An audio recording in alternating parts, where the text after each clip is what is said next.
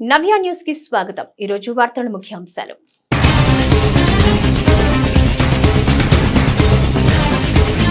ఎన్నికల్లో శాంతి భద్రతలు విఘాతం కలిగించే వ్యక్తులపై కఠిన చర్యలు। సంతమాగులూరు పోలీస్ స్టేషన్ పరిధిలోని పలు ప్రాంతాల్లో కేంద్ర సాయుధ బలగాలు పోలీసుల కవాతు నిర్వహణ। హాజరైన జిల్లా additional SP Vithaleshwar.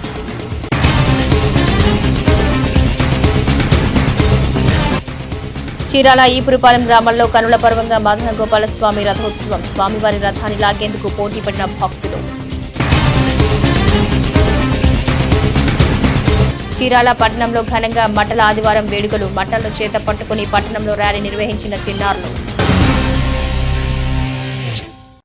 Bapatla sub division పరిధిలోని సంతమాగులూరు పోలీస్ స్టేషన్ సర్కిల్ కార్యాలయాన్ని జిల్లా అడిషనల్ ఎస్పీ విఠలేశ్వర్ సందర్శించారు। ఈ క్రమంలో సాయుధ బలగాలు నిర్వహించిన ఫ్లాగ్ మార్చ్ లో ఆయన పాల్గొన్నారు।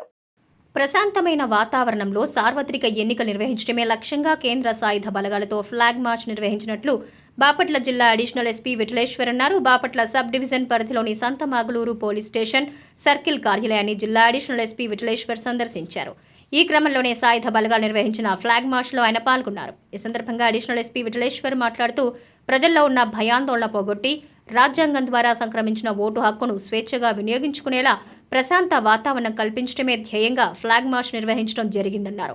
ప్రజలు ఎటువంటి ప్రలోభాలకు లోను కాకుండా స్వేచ్ఛగా ఓటు హక్కు వినియోగించుకోవాలన్నారు।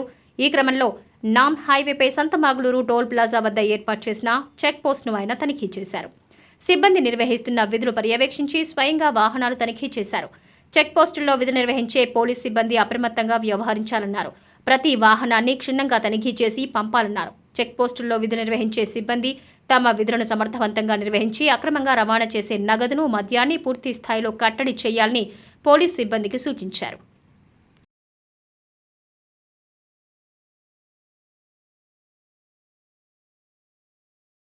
చీరాల మండల పరిధిలోని ఈపురపాలెం గ్రామంలో మదన గోపాల స్వామి దేవస్థానం ఆధ్వర్యంలో స్వామివారి రథోత్సవం పురవీధుల్లో అంగరంగ వైభవంగా సాగింది। కాగా స్వామివారి రథాన్ని లాగేందుకు భక్తులు పోటీ పడ్డారు। చీరాల మండల పరిధిలోని ఈపురపాలెం గ్రామంలో వెంచేసి ఉన్న మదన గోపాల స్వామి దేవస్థానం ఆధ్వర్యంలో స్వామివారి రథోత్సవం పురవీధుల్లో అంగరంగ వైభవంగా సాగింది।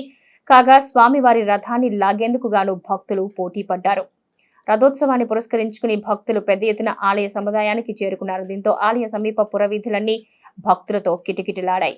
ఇక దేవస్థానం నుంచి ప్రారంభమైన స్వామివారి రథోత్సవం పురవీధుల్లో కనుల పర్వంగా సాగింది। భక్తులు దేదీప్య దీపాల వెలుగుతో కాగడల జ్యోతులతో స్వామివారికి స్వాగతం పలికారు। ప్రత్యేకంగా అలంకరించిన రథంలో దేవతామూర్తుల విశేష అలంకరణతో భక్తులకు దర్శనమిచ్చారు। మరోవైపు రథాన్ని విద్యుత్ అలంకారంతో సుందరంగా అలంకరించారు।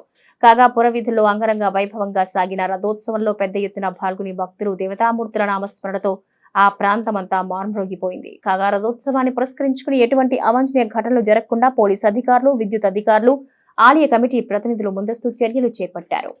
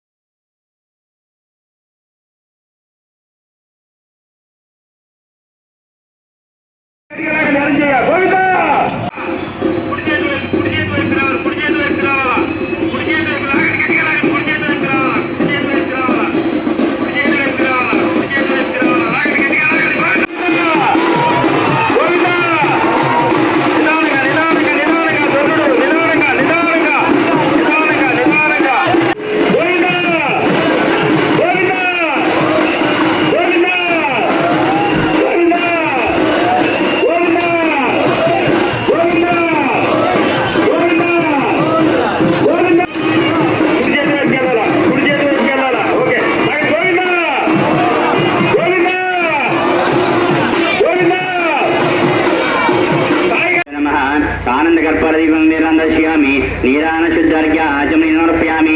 గోవింద గోవింద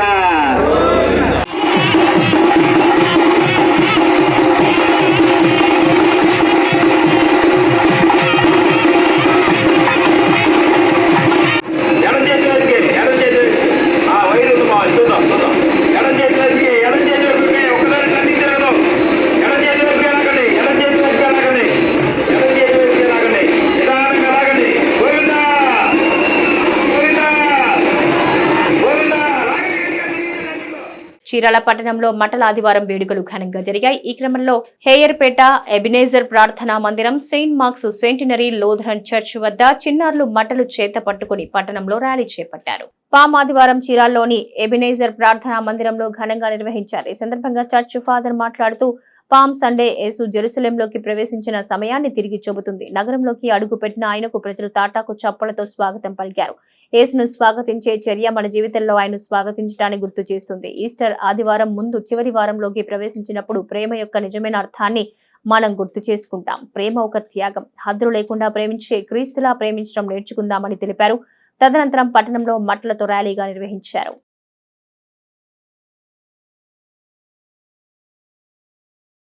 ఈ యొక్క మట్టలాగే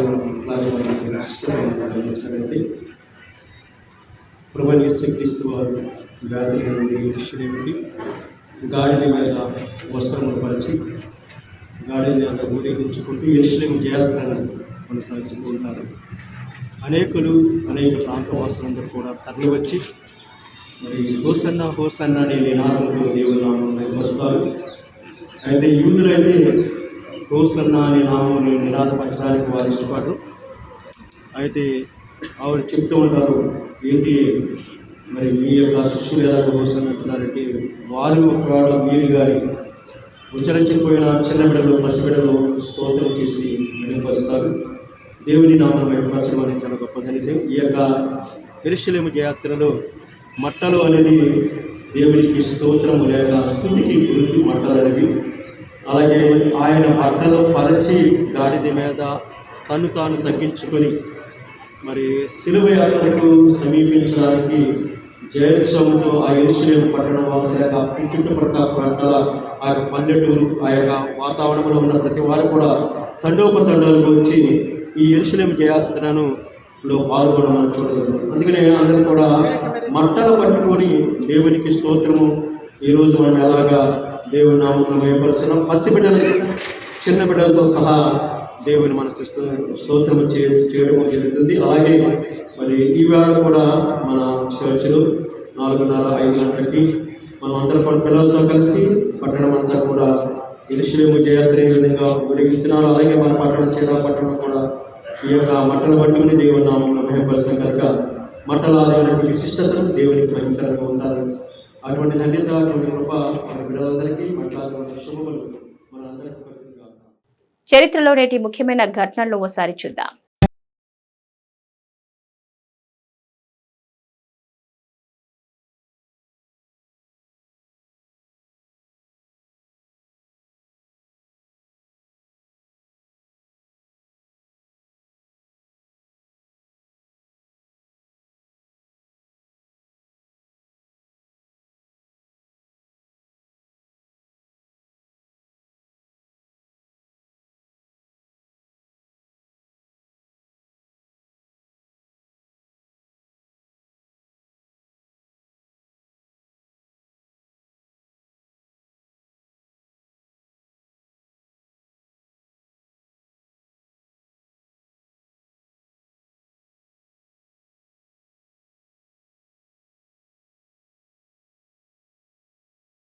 చీరాల పట్టణంలోని శ్రీ వేదవల్లి కనకవల్లి సమేత వీరరాఘవ స్వామి దేవస్థానంలో స్వామివారి వార్షిక బ్రహ్మోత్సవాలు ఘనంగా జరుగుతున్నాయి. ఈ సందర్భంగా సోమవారం నిర్వహించిన స్వామివారి కళ్యాణంలో భక్తులు పెద్ద సంఖ్యలో హాజరై దేవతామూర్తులను దర్శించుకున్నారు. చీరాల పట్టణంలోని శ్రీ వేదవల్లి కనకవల్లి సమేత వీరరాఘవ స్వామి దేవస్థానంలో స్వామివారి వార్షిక బ్రహ్మోత్సవాలు ఘనంగా జరుగుతున్నాయి. ఈ సందర్భంగా సోమవారం నిర్వహించిన స్వామివారి కళ్యాణంలో భక్తులు పెద్ద సంఖ్యలో హాజరై దేవతామూర్తులను దర్శించుకున్నారు. ముందుగా అభిషేకాలు, హోమాలు, బలిహరణలు జరిపారు. అనంతరం వేద మంత్రోచ్చరణ నడుమ వీరరాఘవ స్వామి కళ్యాణం నేత్రపర్వంగా సాగింది. తదుపరి అన్న ప్రసాద వితరణ కార్యక్రమాన్ని నిర్వహించారు. ఈ కార్యక్రమంలో అర్చక స్వాములు, వాసుదేవాచార్యులు, ఆలయ మేనేజర్ కుమార్ తదితరులు పాల్గొన్నారు. చీరాలలో వెంచేసి ఉన్న వేదవల్లి కనకవల్లి దాయార్ సహిత వీరరాఘవ పరబ్రహ్మ స్వామి వారి దివ్య వార్షిక ప్రతిష్టా బ్రహ్మోత్సవ కార్యక్రమంలో భాగంగా ఈ రోజున పాల్గొన పౌర్ణమి ఉత్తరా నక్షత్రం నాడు అశేష భక్తజన సందోహాల మధ్య శ్రీవారికి వార్షిక ప్రతిష్టా బ్రహ్మోత్సవ కళ్యాణ వైభవం అత్యంత వైభవంగా జరిగింది. దర్శించిన వారు శ్రీ మహావిష్ణువు యొక్క కరుణా సముద్రక పాత్రులై అనంతమైన ఐశ్వర్యాన్ని, అనంత సౌభాగ్యాన్ని పొందుదురుగాక. పార్లమెంటు నియోజకవర్గాన్ని జిల్లాగా ఏర్పాటు చేసే క్రమంలో నూతనంగా ఏర్పడిన బాపట్ల జిల్లాలో చీరాల నియోజకవర్గం అత్యంత ప్రాముఖ్యమైంది. ముఖ్యంగా చీరాల నియోజకవర్గంలో అనేక వనరులు ఉన్నప్పటికీ వాటిని సద్వినియోగం చేసుకోవడంలో పాలకులు, అధికారులు పూర్తిగా వైఫల్యం చెందుతున్నారు. పార్లమెంటు నియోజకవర్గాన్ని జిల్లాగా ఏర్పాటు చేసే క్రమంలో నూతనంగా ఏర్పడిన బాపట్ల జిల్లాలో చీరాల నియోజకవర్గం అత్యంత ప్రాముఖ్యమైనది. ముఖ్యంగా చీరాల నియోజకవర్గంలో అనేక వనరులు ఉన్నప్పటికీ వాటిని సద్వినియోగం చేసుకోవడంలో పాలకులు, అధికారులు పూర్తిగా వైఫల్యం చెందుతున్నారు. చిన్న బొంబాయిగా పేరుంది. నాకు చీరాల వస్త్ర వ్యాపారానికి ప్రసిద్ధమైంది. వేల సంఖ్యలో మగ్గాలపై నిత్యం చీరలు నేస్తూ ఉంటారు. చీరల్లో టెక్స్టైల్ పార్కు నెలకొల్పితే వస్త్ర వ్యాపారంలో మెరుగైన ఫలితాలు సాధించే అవకాశం ఉంటుంది. పైగా ఉపాధి అవకాశాలు కూడా అందుబాటులోకి వస్తాయి. అదేవిధంగా కోస్తా తీర ప్రాంతంలో చీరాల వాడరేవుకు ప్రత్యేక గుర్తింపు కూడా ఉంది. సముద్రానికి నేరుగా రవాణా సౌకర్యం ఉన్న చీరాలకు హార్బర్ ను తీసుకురావడంతో పారిశ్రామికంగా చీరాల మెరుగైన ఫలితాలు సాధిస్తుంది. వ్యవసాయ ఆధారిత ప్రాంతంగా చీరాలని చెప్పుకుంటారు. చీరాలలో ప్రధానంగా ఉన్న కుందేరు సమస్యను పరిష్కరించి పంట పొలాల్లో పొందేరు, మురుగునీరు కలవకుండా ప్రత్యేక చర్యలు చేపడితే పంటలు ఆశించిన స్థాయిలో దిగుబడి సాధించే అవకాశాలున్నాయి. పాలకులు ఎవరైనా సరే చీరాల అభివృద్ధి మూలమైన వనరులపై దృష్టి పెట్టాలని ప్రజలు కోరుతున్నారు. బాపట్ల పార్లమెంటరీ నియోజకవర్గాన్ని మొత్తాన్ని కలిపి ఒక జిల్లాగా, బాపట్ల జిల్లాగా తీసుకురావడం ఒక శుభపరిణామం, మంచి విషయం. దీన్ని స్వాగతిస్తా ఉన్నాం. అయితే బాపట్ల పార్లమెంటరీ నియోజకవర్గ పరిధిలో ఉన్నటువంటి 6 నియోజకవర్గాలు అయితే మొత్తం 7 నియోజకవర్గాలు, ఈ జిల్లా పరిధిలో ఉన్న 6 నియోజకవర్గాలు. ఈ 6 నియోజకవర్గాలు అత్యంత వెనకబడిన ప్రాంతాలుగా ఉన్నాయి. అటు ప్రకాశం జిల్లా నుంచి, అటు గుంటూరు జిల్లా నుంచి చూసినప్పుడు వాటి నుంచి చివరి భూములుగా, చివరి ప్రాంతాలుగా ఇవి ఉన్నాయి. ఒక విధంగా వివక్షతకు గురై అభివృద్ధికి నలుచుకోకుండా వెనకబడిన ప్రాంతాలుగా ఉండి పెద్ద ఎత్తున దళితులు, గిరిజనులు ఎక్కువ మొత్తంలో ఉన్నటువంటి వాళ్ళు, బీసీలు పెద్ద సంఖ్యలో ఉన్నటువంటి నియోజకవర్గాలు, జనాభా కూడా అది ఆ విధంగా ఉన్నటువంటి పరిస్థితి ఉంది. అయితే ఈ ప్రాంతం అభివృద్ధికి సంబంధించి అనేక రకాల అవకాశాలు ఉన్నప్పుడు కూడా పాలకుల నిర్లక్ష్యానికి గురయ్యి ఈ ప్రాంతం అభివృద్ధి చెందలేదు. ఈ నియోజకవర్గం వెనకబడిపోతున్న పరిస్థితి ఉంది. రానున్న ఎన్నికల్లో అన్నా ఈ పార్లమెంట్లో ఎన్నికైనంటే అభ్యర్థి ఎవరైతారో వాళ్ళందరూ కూడా ఈ నియోజకవర్గ అభివృద్ధి కోసం కృషి చేయాలని చెప్పేసి మేము అన్ని రకాల మార్గాలు, అవకాశాలు ఉన్నప్పుడు కూడా ఈ ప్రాంతాల పరిశ్రమలు అభివృద్ధి చెందాల్సిన స్థాయిలో అభివృద్ధి చెందలేదు. ఎప్పుడో బ్రిటిష్ కాలంలో కట్టినట్టు ఐఎల్టీడీ కంపెనీ అది కృషించుకుపోతుంది తప్పితే కొత్తగా వెలిసినట్టు పరిశ్రమలు లేని పరిస్థితుంది. అవకాశాలు ఉన్న ఈ ప్రాంతం చిన్న బొంబాయిగా చీరాల పట్టణం గతంలో పేరున్నట్టుది ఆ విధంగా కొనసాగుతుంది. వస్త్ర వ్యాపారానికి ప్రసిద్ధిగాంచింది. కానీ చీరాల పట్టణం ఆ విధంగా ఈరోజు అభివృద్ధి క్రోసుకొని పరిస్థితుంది. జిఎస్టీ కానీ ఇతర పన్నులు కానీ ఒక విధంగా వ్యాపారాలన్నీ కూడా విలవిల్లాడిపోతున్న పరిస్థితి. ఈరోజు బాపట్ల పార్లమెంట్ పరిధిలోని చీరాల ఏరియా, అట్లాగే పర్చూరు ఏరియా ఈరోజు వ్యవసాయ రంగంలో ప్రధానంగా నీటి సమస్యని ఎదుర్కొంటూ ఉన్నారు. ఇవాళ మన చీరాల చుట్టుపక్కల కొమ్మూరు కాలువలో నీళ్లు ఉన్నా కూడా ఇక్కడికి రాని పరిస్థితి. ఈపురపాలెం స్ట్రైట్ కట్ మీద అట్లాగే లిఫ్ట్లు ఏర్పాటు చేసుకొని వచ్చిన మురికి నీళ్ళనే ఈరోజు వ్యవసాయానికి ఉపయోగించుకోవాల్సిన పరిస్థితిలో ఈరోజు ఉంది వ్యవసాయ రంగం. మన పట్టణంలో ఉన్న మురికి నీరు మొత్తం కూడా పోయి లెఫ్ట్ ఆరంలోకి, అంటే ఈపురపాలెం స్ట్రైట్ కట్ కాలువలోకి పోతూ ఉన్నాయి.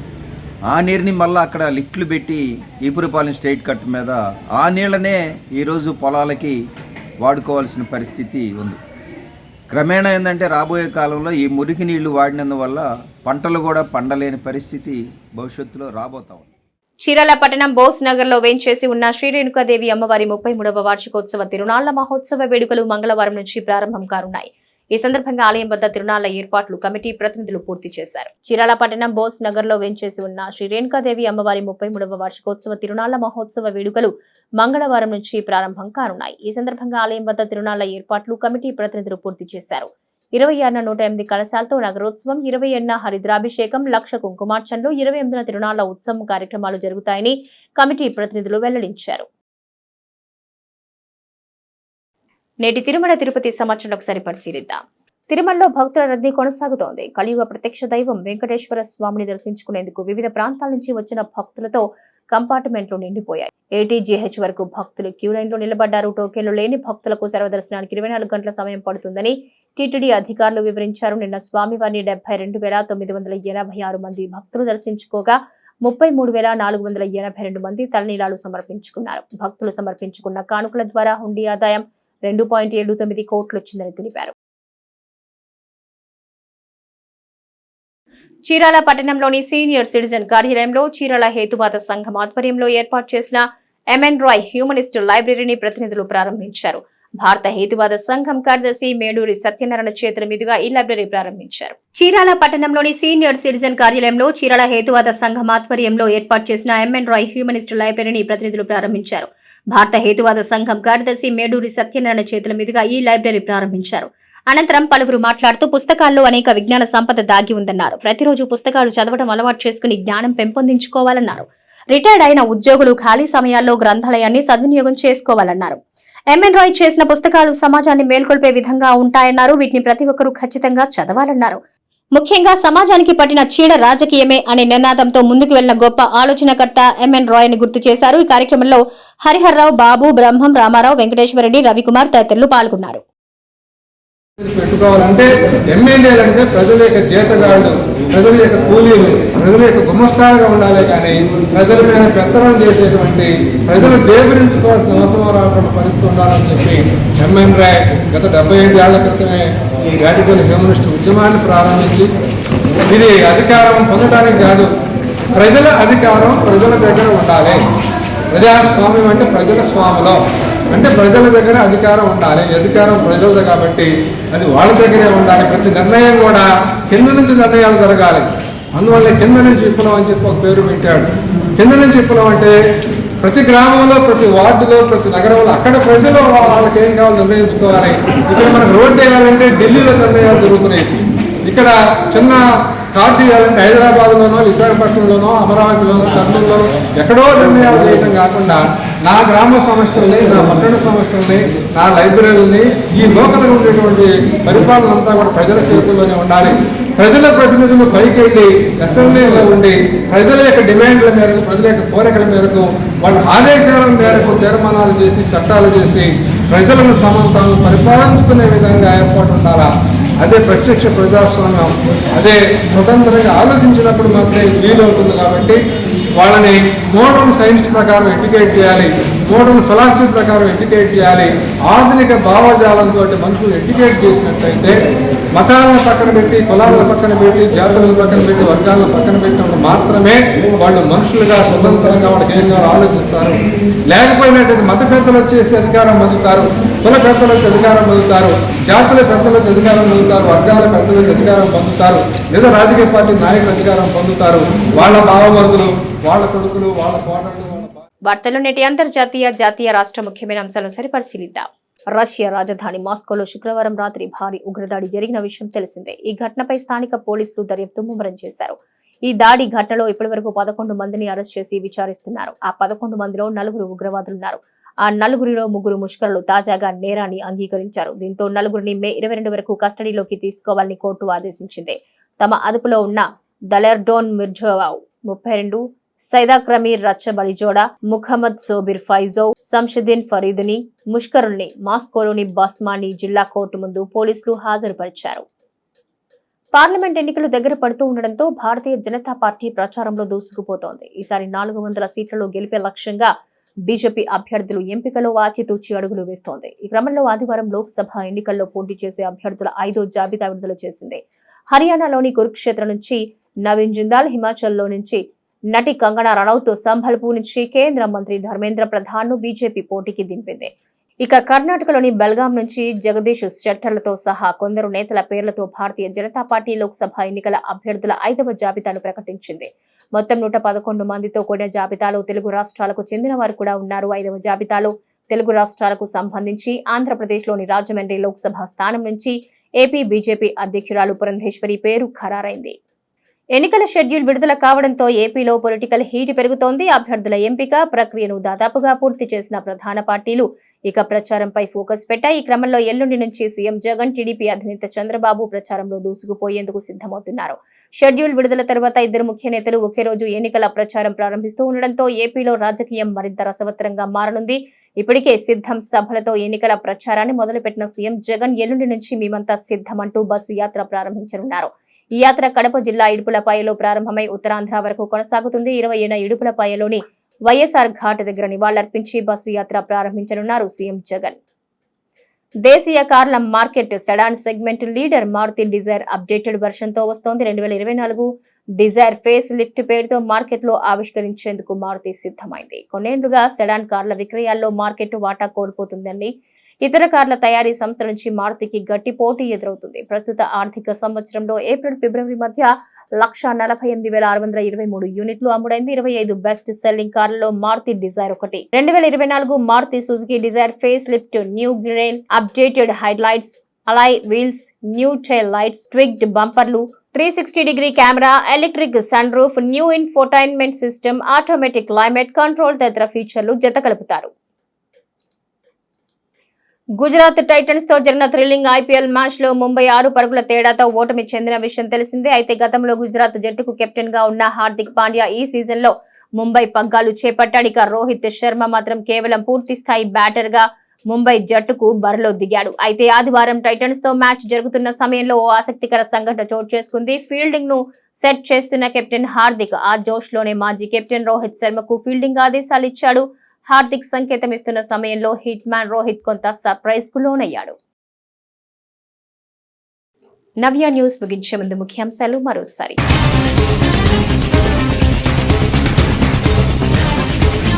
ఎన్నికల్లో శాంతి భద్రతలు విఘాతం కలిగించే వ్యక్తులపై కఠిన చర్యలు. సంతమాగులూరు పోలీస్ స్టేషన్ పరిధిలోని పలు ప్రాంతాల్లో కేంద్ర సాయుధ బలగాలు పోలీసుల కవాతు నిర్వహణ. హాజరైన జిల్లా అడిషనల్ ఎస్పీ విఠలేశ్వర్.